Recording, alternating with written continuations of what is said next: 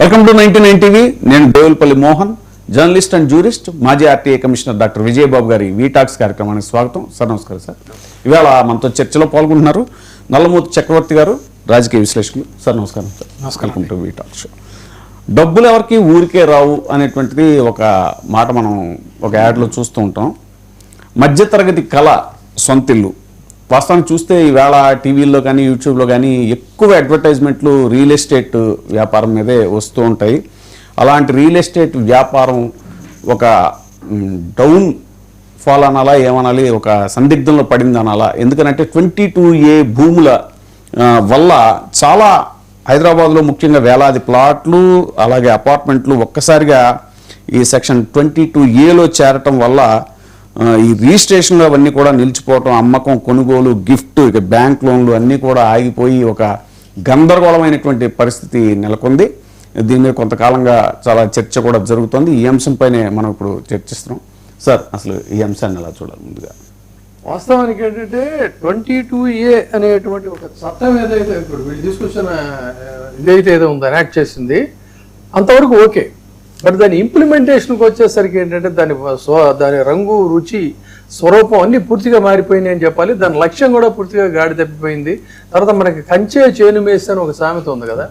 కంచె దేనికి ఉంటుందంటే ఆ బార్డర్స్ని, అది పొలం కానీ ఇల్లు కానీ ఇంకోటి కానీ దాని రక్షణ కోసం కంచేస్తారు. ఇక్కడ ప్రజలకి ఆస్తులకి కంచె ఎవరు? ప్రభుత్వం.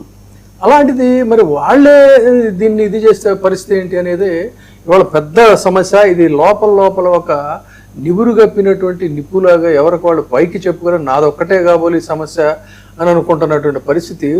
వాస్తవ పరిస్థితులు చూస్తే నిజానికి ఇక్కడ మనకి నల్లమూర్తి చక్రవర్తి గారు ఉన్నారు. ఆయన చాలా ఒక సామాజికవేత్త. ప్రధానంగా ఆయన విశ్లేషకులుగానే పరిచయం చేసే కంటే కూడా ఒక అనేక అంశాల మీద ఆయన లోతైనటువంటి వీటిని స్పందించేటువంటి వ్యక్తిత్వం ఉన్నటువంటి వారు దీని మీద కూడా అంశాలు మాట్లాడినటువంటి పరిస్థితి. వారితో కూడా మనం చర్చిద్దాం. అయితే అసలు సమస్య కీలకమైనటువంటి అంశాలు ఏంటి, దీని స్వరూపం ఏంటి అని చూసినట్టయితే ఇప్పుడు చెప్పినట్టు ఒక హైదరాబాదే కాదు కానీ హైదరాబాద్లో చూసుకుంటే వేలాది ప్లాట్లు, అపార్ట్మెంట్లు ఇవన్నీ కూడా ఒక్కసారిగా ఉన్నటువంటి 22A అంటే ప్రొహిబిటెడ్ ప్రాపర్టీ అని చెప్పని అంటారు లిస్ట్. ఇది ఈ ప్రొహిబిటెడ్ ప్రాపర్టీ లిస్టులోకి ఉన్నట్టుండి ఎందుకు చేరిపోయాయి? ఏంటి ఇది ఇక్కడ జరిగింది? గతంలోనేమో చట్టబద్ధంగా జరిగినటువంటి రిజిస్ట్రేషన్లో వాళ్ళే రిజిస్టర్ చేశారు. కానీ ఇప్పుడు ఆ ప్రాంతానికి సంబంధించి ఆ రిజిస్ట్రేషన్లు ఎందుకు నిలిచిపోయాయి? దాని మీద చాలామంది అమ్ముకున్నారు, లావాదేవీలు జరిపారు, కొనుగోళ్లు, గిఫ్ట్లు, బ్యాంక్ లోన్లు ఇవన్నీ కూడా సజావుగా సాగిపోయి ఉన్నటువంటి ఇవన్నీ కూడా ఆగిపోయినాయి. ఎక్కువగా ప్రభావితమైనటువంటి జిల్లాలను ఇక్కడ చూసుకున్నట్లయితే హైదరాబాదు, రంగారెడ్డి, మేడ్చల్, మల్కాజ్గిరి, సంగారెడ్డి. ఇవన్నీ కూడా ఎంత దారుణమైనటువంటి పరిస్థితుల్లో పిల్లల కోసం ఇల్లు అమ్ముకోలేనటువంటి వాళ్ళు, ఫ్లాట్ అమ్ముకోలేనటువంటి వాళ్ళు, డబ్బులు బ్యాంకు లోన్లు తెచ్చి కట్టి అయినా కూడా ఓన్ చేసుకోలేనటువంటి పరిస్థితి. తర్వాత అమ్ముకుందామంటే అమ్ముకోలేనటువంటి పరిస్థితి.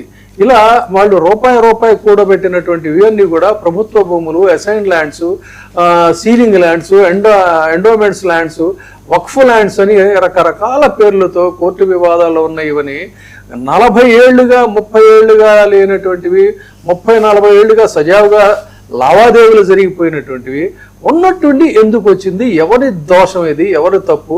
లేదు దీని వెనక ఏదైనా మతలబ్ ఉందా? ఉంటే ఏమిటా మతలబు? దీని ప్రధాన కారణాలు చూసుకుంటే పాత రెవెన్యూ రికార్డ్స్ ఉన్నాయి.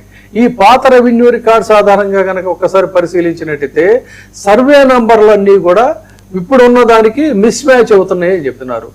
ధరణి, డిజిటల్ రికార్డ్స్ ఇవన్నీ కూడా ఎందుకు ఇందులో పొరపాట్లు జరగాల్సినటువంటి అవసరం వచ్చింది?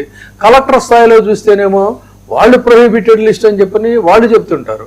ఇక్కడికి వచ్చేసరికేనేమో అప్డేట్ చేయమంటే అధికారులు పాత రికార్డుల ప్రాతిపదికగానే చేసామని చెప్పని వీళ్ళు చెప్తుంటారు. ఎక్కడా కూడా అంటే ప్రభుత్వం ఒకే ప్రభుత్వంలో రకరకాల కాంట్రడిక్షన్స్. ఎందుకు వస్తున్నాయి ఈ కాంట్రడిక్షన్స్?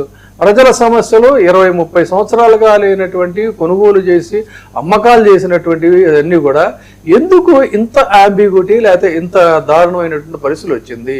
ఒకవైపు HMDA, ఇంకొక వైపు హోడా, మరొక వైపు హౌసింగ్ బోర్డు, లేఅవుట్స్ ఇవన్నీ కూడా ఇన్ఫ్లుయెన్స్ అయినటువంటివి అన్నమాట. ఒక్కసారిగా చేస్తే మరి దీని మీద ప్రతి మనిషికి కూడా ఏంటంటే మధ్యతరగతి జీవికి సొంత ఇల్లు అనేటువంటిది ఒక కళ.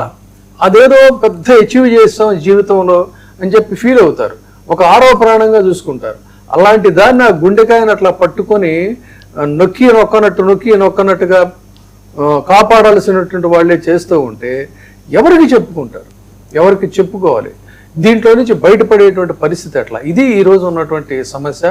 దీని మీద చాలా లోతుగా అధ్యయనం చేసినటువంటి వారు నల్లమోతు చక్రవర్తి గారు. సో సార్ మీరేమంటారు చెప్పండి? ప్రభుత్వ భూములు, assigned lands, ceiling lands, endowments lands, వక్ఫ్ ల్యాండ్స్ కోర్టు వివాదాల్లో ఉన్నాయని చెప్పని ఉన్నటువంటి ఈ ఒక పిడుగుపాటులాగా చేస్తున్నారు.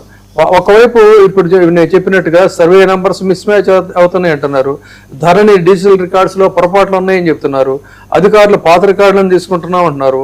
20-30 సంవత్సరాలుగా లేనటువంటి కాంట్రాడిక్షన్ ఈ డీనోటిఫికేషన్ కోసం అప్లై చేయాలి, లింక్ డాక్యుమెంట్లు తేవాలి, ఓల్డ్ సేల్ డీడ్స్ తేవాలి, పట్టాదారు పాస్ పుస్తకాలు తేవాలి, గవర్నమెంట్ ఆర్డర్స్ తేవాలంటే ఇక్కడ పెద్ద సమస్య ఏంటి అన్నట్లయితే 40 సంవత్సరాల క్రితం కొనుగోలు చేసినటువంటి ఒక వ్యక్తికి ఆ బిల్డర్ ఎక్కడున్నాడు, అసలు ఉన్నాడా లేదా, ఒరిజినల్ ఓనర్ ఎవరు, ఆ ఓల్డ్ డాక్యుమెంట్స్ ఎక్కడున్నాయి, is there any logical thing అండి? ఇక్కడ వాళ్ళు అడిగేటువంటి దాంట్లో ఏమన్నా అసలు ఎంత అసంబద్ధంగా ఉంది ఇక్కడ చెప్పాలంటే.